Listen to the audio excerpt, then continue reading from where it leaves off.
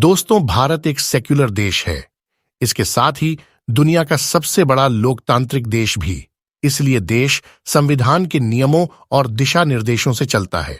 फिर ऐसा हो गया है कुछ वर्षों में कि देश के कोने कोने से एक ही आवाज गूंज रही है कि भारत आने वाले कुछ वर्षों में हिंदू राष्ट्र बनेगा, यानी अखंड भारत, जो साल 1947 में पहले था। दोस्तों, आपको 26 मई 2014 का दिन याद है, क्योंकि इसी दिन देश के प्रधानमंत्री नरेंद्र मोदी ने पहली बार प्रधानमंत्री बनने की शपथ ली थी और फिर लोकतंत्र के मंदिर संसद भवन जाकर सीढ़ियों पर माथा टेका था और शायद खुद से एक वादा किया था कि उनकी सरकार भविष्य में एक अलग और इससे अच्छा लोकतंत्र का मंदिर बनाएगी। और 28 मई 2023 को नए संसद भवन का पीएम नरेंद्र मोदी ने उद्घाटन कर देश को नया संसद तो दे दिया, साथ ही एक बहस और कई सवाल भी। बहस ये कि विपक्ष का कहना था कि नए संसद भवन का उद्घाटन देश के प्रथम नागरिक राष्ट्रपति से कराना चाहिए, लेकिन ऐसा नहीं हुआ। और सवाल ये कि क्या नया संसद भवन देश को हिंदू राष्ट्र की ओर ले जाएगा, और क्या नए संसद भवन से नरेंद्र मोदी जीत की हैट्रिक लगा पाएंगे? इन्हीं सवालों के जवाब इस वीडियो में जानेंगे। तो चलिए शुरू करते हैं आज की ये वीडियो, जिसे आपको अंत तक देखनी चाहिए, क्योंकि इस वीडियो जवाब तो आपको मिलेंगे ही, साथ ही कई सवाल और पनपेंगे। दोस्तों, क्या नया पार्लियामेंट हिंदू राष्ट्र की ओर पहला कदम बढ़ा रहा है? उससे पहले जानते हैं कि आखिर इस संसद भवन में जो सिंगोल लगाया गया है वो है क्या। दोस्तों, सेंगोल शब्द तमिल के सेम्मई से बना है, जिसका अर्थ है धर्म, सच्चाई और निष्ठा, यानी राजधर्म में धर्म, सत्य और निष्ठा तीनों चीज सम्माहित है। पहले के जमाने में भारतीय परंपरा में राजाओं में इन्हीं तीनों गुणों की उम्मीद की जाती है। भारतीय साम्राज्य में चोल समाज की प्रतिष्ठा रही है। इसी साम्राज्य में अपनी प्रथा के अनुसार राजा अपने उत्तराधिकारियों को सत्ता हस्तांतरण के प्रति इसी सेंगोल को सौंपते थे। बहुत कम लोगों को पता होगा कि चोल वंश के राजा शिव भक्त थे। उनका सेंगोल शिव भक्त का प्रतीक था, जिसके शीर्ष पर शिव की सवारी नंदी के प्रतिमूर्ति होती है। साल 1947 में सेंगोल के जरिए हुए सत्ता हस्तांतरण की जानकारी बहुत कम लोगों को पता है। ये बात इतिहास के पन्नों में कहीं छिप गई या सिमट गई, लेकिन नई पार्लियामेंट के उद्घाटन के साथ ही ये सेंगोल फिर जिंदा हो गया है। इसे फिर से देश के पीएम नरेंद्र मोदी ने स्थापित किया। दोस्तों, यह बात किसी से छिपी नहीं है कि आजादी के बाद से ही आरएसएस यानी राष्ट्रीय स्वयंसेवक का लक्ष्य देश को हिंदू राष्ट्र बनाना रहा है। डॉक्टर केशव बलिराम के हेडगेवार ने संघ की स्थापना ही हिंदू समाज को संगठित करने के साथ की थी, और बीजेपी भी संघ से प्रेरित संगठन है। पीएम मोदी भी खुद संघ के स्वयंसेवक रहे हैं। विरोधियों का कहना है कि वे लगातार संघ के एजेंडे के तौर पर काम कर रहे हैं। इसका सबूत उन्होंने कई हिंदू मंदिर की स्थापना करके दे दिया है। अयोध्या के राम मंदिर का निर्माण अपने अंतिम चरण में है। वहीं काशी विश्वनाथ मंदिर को वो चमका चुके हैं। उज्जैन में भी महाकालेश्वर मंदिर बन चुका है।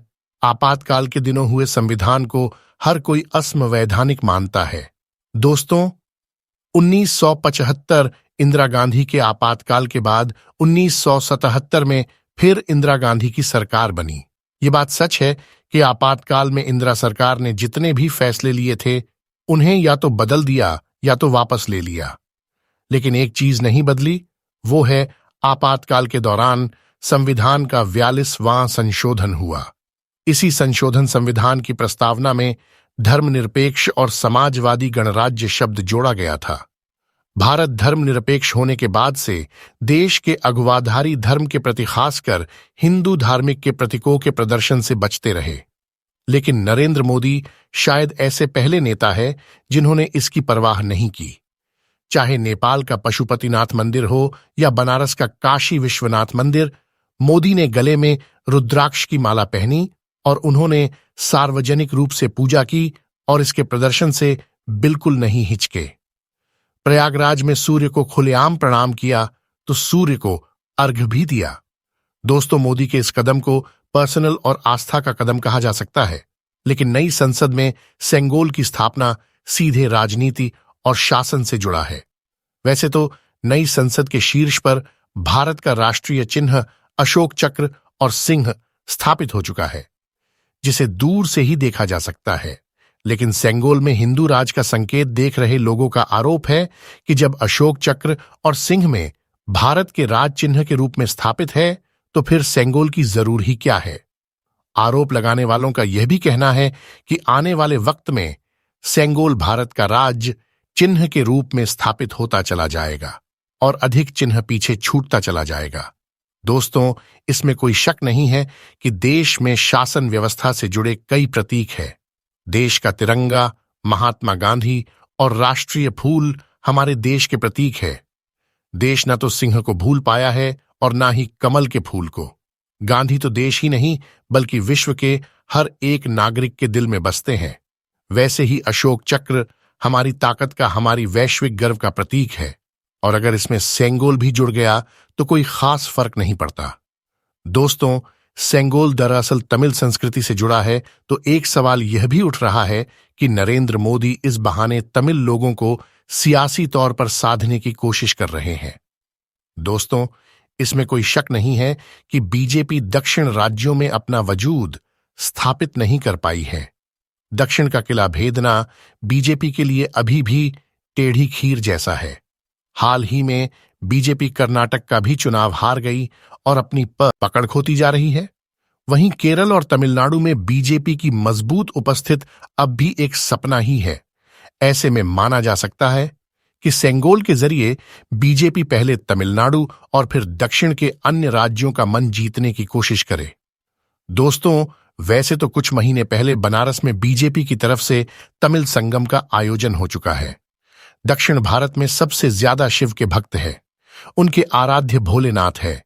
महाशिवरात्रि के समय बनारस की गलियां तमिलनाडु, कर्नाटक, आंध्र और तेलंगाना में श्रद्धालुओं से भर जाती हैं। तमिल संगम के जरिए माना गया कि काशी और तमिलनाडु को जोड़ने का सांस्कृतिक ही मकसद नहीं रहा, बल्कि राजनीति की राह तलाशना भी है। बीजेपी ने ऐसा ही किया। राम मंदिर आंदोलन के जरिए उसने उत्तर भारत में अपनी पैठ बना ली, लेकिन दक्षिण भारत में बीजेपी के ये धार्मिक कार्ड नहीं चल रहे। लेकिन हो सकता है बीजेपी सिर्फ सेंगोल के जरिए दक्षिण में अपनी पकड़ बनाने की कोशिश करे। सेंगोल को लेकर बीजेपी अपने तरीके से उठे सवालों का जवाब दे रही है। हिंदू धर्म के जानकारों का मानना है कि तुलसीदास ने कहते हैं, जिस राज्य में राजा की वजह से प्रजा दुखी होती है, उस राजा को नरक में जाना पड़ता है। इसलिए यह जानना और भी जरूरी हो जाता है कि आजाद भारत में सेंगोल की भूमिका आजाद भारत में क्या रही है। दोस्तों, आपको पीछे इतिहास की ओर लेकर चलते हैं, जिसका जवाब वहीं मिलेगा। दस्तों साल 1947 में अगस्त का महीना शुरू ही हुआ था। इससे 3 महीने पहले all India radio Pandit Jawaharlal Nehru और मोहम्मद अली जिन्ना के भाषण प्रसारित हुए थे। दोनों भाषणों का मतलब यह था कि अब का बंटवारा तय हो चुका है। आजादी की घड़ियां आते आते भारत में ब्रिटिश हुकूमत के वायसराय लॉर्ड माउंटबेटन को कई चिंताओं ने घेर रखा था। इसमें से एक चिंता थी कि हिंदुस्तानियों को शासन किस तरह सौंपा जाए। लॉर्ड माउंटबेटन काफी असमंजस में थे। जब उन्हें कुछ नहीं सूझा तो उन्होंने अपनी चिंता जवाहरलाल नेहरू से व्यक्त की। नेहरू भी इस समस्या का कोई उचित हल नहीं निकाल पाए, लेकिन उनका ध्यान गया राजा जी के नाम से मशहूर चक्रवर्ती राजगोपालाचारी की तरफ, जो भारतीय परंपरा के गहरे जानकर थे। उन्होंने काफी देर सोचा और कहा कि सेंगोल सत्ता हस्तांतरण का प्रतीक हो सकता है। सेंगोल यानी राजदंड। दोस्तों, अब भले ही ये सवाल उठ रहा हो कि भारत ने लोकतंत्र के रूप में भारत को अपनाने की तैयारी कर ली थी, तो फिर राज्यतंत्र की परंपरा वाले राजदंड के जरिए सत्ता का हस्तांतरण क्यों हुआ। लेकिन यही सच है कि उस समय अंग्रेजों ने राजदंड के जरिए ही भारत को सत्ता सौंपी थी। दोस्तों, 14 अगस्त 1947 की रात तमिलनाडु के मशहूर मठ तिरुवाबरदुराई अदनाम के उप प्रमुख श्री कुमार स्वामी, तमिलरान मठ के विशेष गायक मानिक्कम और नादस्वार विशेषज्ञ के एन राजरत्नम ने श्लोकों के साथ अपने मंत्र सेंगोल को लॉर्ड माउंटबेटन को दिया और फिर लॉर्ड माउंटबेटन ने उसी सेंगोल को सत्ता के हस्तांतरण के प्रतीक जवाहरलाल नेहरू को सौंपा। जब यह सब प्रक्रिया हो रही थी तो उस समय सरदार वल्लभ भाई पटेल समेत कई कांग्रेसी दिग्गज वहां मौजूद थे। दोस्तों, हिंदू जानकारों और परंपराओं के अनुसार राजदंड का मतलब यह है कि राजा भी सर्वोच्च नहीं है, वो राजदंड के अधीन है। राजदंड यानी एक ऐसी व्यवस्था जिसमें शासन के सामने सब बराबर है, न्याय और धर्म सबके लिए बराबर है। दोस्तों, नई संसद में अध्यक्ष के साथ इसी सेंगोल को स्थापित किया गया। दोस्तों, इसी के साथ कई लोगों के मन में यह सवाल जरूर कौंध रहा होगा कि आखिर नई संसद की जरूरत क्यों पड़ी। आपको नई संसद की जरूरत से पहले पुरानी संसद से जुड़ी बातें जानना बेहद जरूरी है। वर्तमान संसद भवन का निर्माण साल 1921 में शुरू किया गया और साल 1927 में इसे प्रयोग में लाया गया, यानी ये संसद भवन लगभग 100 वर्ष पुराना हो गया है। दोस्तों, वर्तमान संसद भवन का कोई मूल अभिलेख और दस्तावेज नहीं है, इसलिए नए निर्माण और संशोधन अस्थायी रूप से दिए गए हैं। दोस्तों, वर्तमान संसद भवन में सीटें काफी कम हैं और संयुक्त बैठक में जगह कम पड़ जाती है, इसलिए नए संसद भवन का निर्माण जरूरी था। इसकी खासियत संविधान हॉल है, जो भवन के बीचों बीच बना है और इसके ऊपर अशोक स्तंभ लगा हुआ है। दोस्तों, नए संसद को आप कैसे देखते हैं? क्या इसकी जरूरत थी या फिर मौजूदा सरकार ने इसमें अपनी सियासत ढूंढ ली? आप हमें कमेंट करके जरूर बताएं। साथ हमारी ये वीडियो कैसी लगी है इसे भी कमेंट में बताएं।